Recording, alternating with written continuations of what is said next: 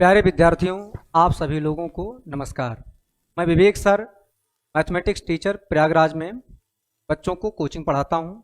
आइए आप लोगों को हम मिलवाते हैं ऐसे विद्यार्थी से बहुत कम उम्र में सफलताओं की कतार लगा दी है।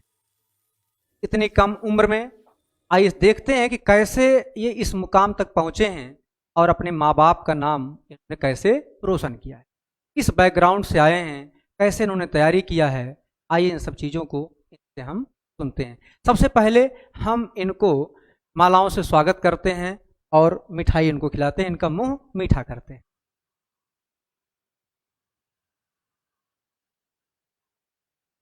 जी मिठाई, बहुत बहुत बधाई।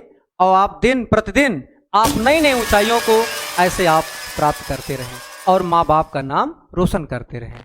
मुझे इतनी खुशी हुई, आज हमारे पढ़ाए हुए छात्र हमारे बीच में हैं और इतनी कम उम्र में इतनी सफलताओं को लेकर के आए हैं कि आज दिल के अंदर की गहराइयों से इतनी खुशी हो रही है कि हम बयां नहीं कर सकते।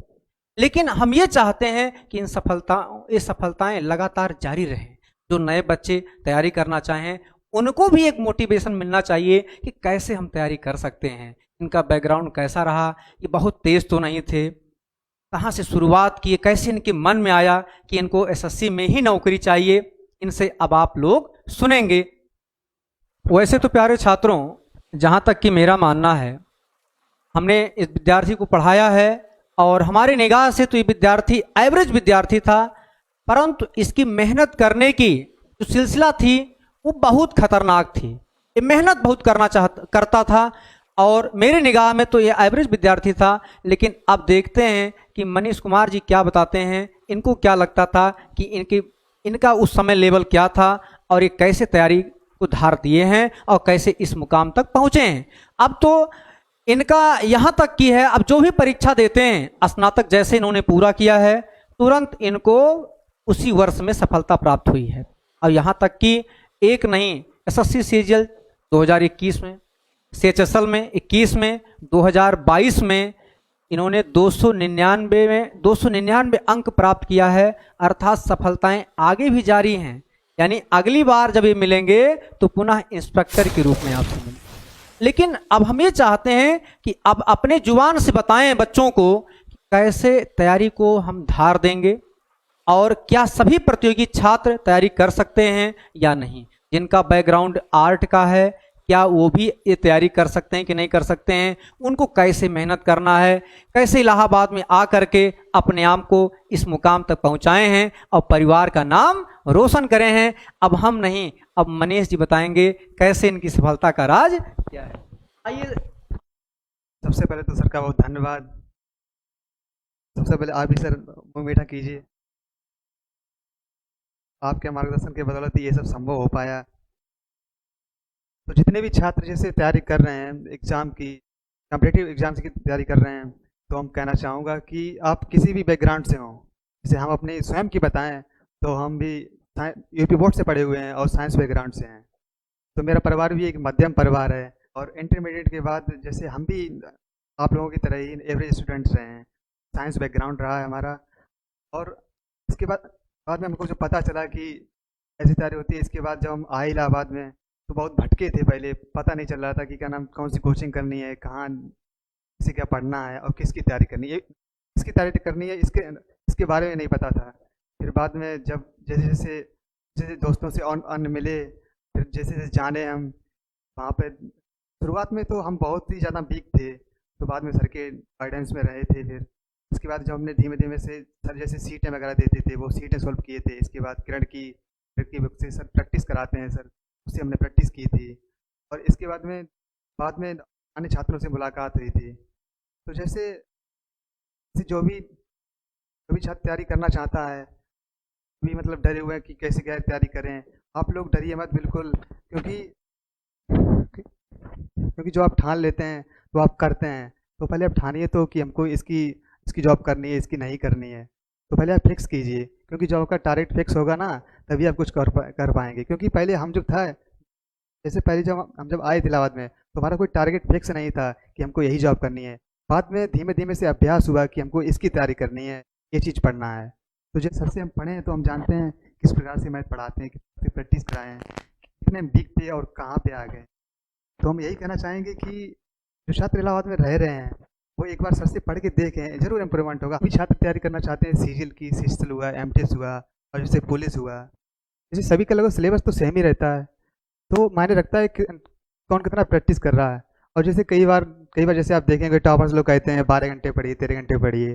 तो हालांकि मतलब कि पढ़ना भी चाहिए, जितना ज़्यादा पढ़ेंगे उतना ज़्यादा आएगा, लेकिन बात ये होती है कि मतलब कि ज़्यादा पढ़ने से सिलेक्शन नहीं होता। सिलेक्शन होता है कि स्मार्ट पढ़ाई करनी चाहिए। जैसे अगर हम अपनी बात करें तो लगभग 6 से 7 घंटे या कभी कभी 8 घंटे हो जाते थे, लेकिन कभी भी हम टाइम पर ध्यान नहीं दिए। लेकिन हमें लगता है जिस प्रकार से हमने तैयारी की है, जिस प्रकार से आपको भी करनी चाहिए, तो 7 से 8 घंटे पर्याप्त है सीजीएल के लिए।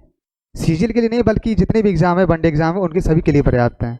तो ज़्यादा टाइम पर फोकस मत रहिए कि हमको ये पढ़ना है। आपको पढ़ना है जैसे हमारे पास कितना समय है और कब पेपर है, उसके हिसाब से आपको पढ़ना है। एग्जाम ओरिएंटेड आप लोगों को काम करने हैं। और जहाँ तक कि सवाल लगाने की बात रही है, तो 25 सवाल को आप लोगों को बताए हैं कि 13 से 15 मिनट में सॉल्व करते हैं, तो ये बड़ी चीज़ नहीं है। शुरुआत में जब अभ्यर्थी आते हैं उनको आधा घंटा से ऊपर लग जाता है, यहाँ तक कि पूरा सवाल भी नहीं सॉल्व होता है। लेकिन लगातार जब अभ्यास करते हैं, ये नहीं कि बहुत विस्तार से लगाते हो, कोई भी सवाल अगर आप बहुत विस्तार से लगाते हैं तो आप ही जरूर उस पर सर्च करिए कि विस्तार से नहीं, इसका कोई ना कोई एग्जाम अप्रोच अवश्य होगा, उसको आप खोजिए। वो कहाँ मिलेगा? किसी शिक्षक से आप जुड़ जाइए, जैसे विद्यार्थी हमसे जुड़े तो इनको हम एग्जाम अप्रोच के हिसाब से क्वेश्चन को सॉल्व करने का तरीका हम बताते रहे। जिस अप्रोच पर इन्होंने वर्क किया और इतना इम्प्रूवमेंट किया, इनका बैक टू बैक रिकॉर्ड 50 में 50 पीटी में हमेशा रहा है। और 2-2 सफलता, स्नातक पूरा होते ही 2-2 सफलता आपके सामने है। तो आप लोग भी अच्छा, दूसरी चीज ये है कि अब आपको पहले 100 क्वेश्चन हुआ करता था तो विद्यार्थी बहुत सारी किताबों को पढ़ते थे, लेकिन अब बदलाव हुआ है, तो इसी के हिसाब से आपको काम करना है। आपको किरण की किताब को पूरी कंप्लीट लगा लेना है और टेस्ट सीरीज पर आपको वर्क करना है, यही सफलता का राज है। और ये विद्यार्थी चाहते भी हैं कि सर ऑनलाइन पढ़ाएं, तो विद्यार्थी बहुत सारे हैं कहते रहते हैं कि सर आप ऑनलाइन पढ़ाइए, क्योंकि जो बच्चे दूर हैं, हमसे नहीं पढ़ पाते हैं, तो हम चाह रहे हैं कि उन बच्चों तक हम अपनी शिक्षा को वहाँ तक पहुँचाएं और बच्चे सफल हों, जो गांव में भी हैं वो भी सफल हों। लेकिन ये ज़रूर है कि अगर आप इलाहाबाद में रह करके तैयारी कर रहे हैं, अगर संभव है इलाहाबाद में आकर तैयारी कर पाना, आप निश्चित रूप से अपने सब्जेक्ट में 100% तो हम आपको स्कोर दिलाएंगे ही विद इन टाइम, और ऐसा एक मार्गदर्शन आपको मिलेगा जिससे आप लगातार नौकरियों की लगातार कतार लगा देंगे आप लोग। आइए कुछ और भी सुन लेते हैं। कोई भी छात्र हमारे जैसे तैयारी करना चाहते हैं तो उनके लिए हम कहना चाहूँ, सबसे पहले आप बैच कर लीजिए, जैसे जहाँ भी आप करना चाहें। जैसे बहुत बच्चे प्रेफर करते हैं ऑनलाइन इस समय, क्योंकि ऑनलाइन ट्रेंड चल रहा है इस समय। लेकिन आपको ध्यान देना है कि ऑनलाइन में डाइवर्सिटी ज़्यादा है। जैसे बहुत बच्चे कहते हैं इनसे कर लीजिए, उनसे कर लीजिए। वैसे हमारे अपने हिसाब से देखा जाए, ऑफलाइन जब आप कर लेते हैं ना एक बार, इसके बाद में कर लीजिए ऑफलाइन अगर आपको करना है, क्योंकि जो इम्प्रूवमेंट आपको ऑफलाइन बैच में होगा ना, वो ऑनलाइन नहीं दे सकता है। हालांकि जो बच्चे दूर रहते हैं उनके लिए तो मजबूरी है ऑनलाइन, और जो बच्चे अगर आ सकते हैं कोचिंग में तो उनके लिए ऑफलाइन बढ़िया है। क्योंकि बात ये जैसे हम पढ़े हैं ना ऑनलाइन ऑफलाइन, तो हम जानते हैं कि कितना इम्प्रूवमेंट हुआ है हमको। और जैसे बाकी एग्जाम लगे हुए हैं, आने वाला है, और सीजीएल 23 भी लगा हुआ है, एमटीएस भी लगा हुआ है, तो आप मेहनत करते रहिए, आप भी सफल होंगे। जिस पोजीशन अभी हमें, कल आप भी आएंगे जरूर होगा, कि हम अनुभव किए ये चीज़।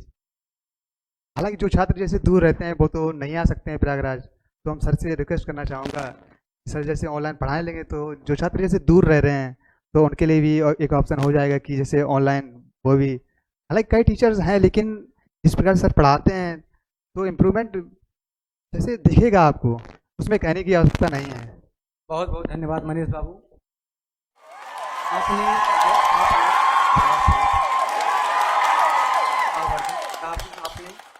नए जीत की हवस नहीं, किसी पे कोई वश नहीं, क्या जिंदगी है ठोकरों पे मार दो। मौत अंत है नहीं तो मौत से भी क्यों डरे, ये जाके आसमान में दहाड़ दो। आरंभ है प्रचंड बोले मस्तकों के झुंड, आज जंग की घड़ी की तुम गुहार दो।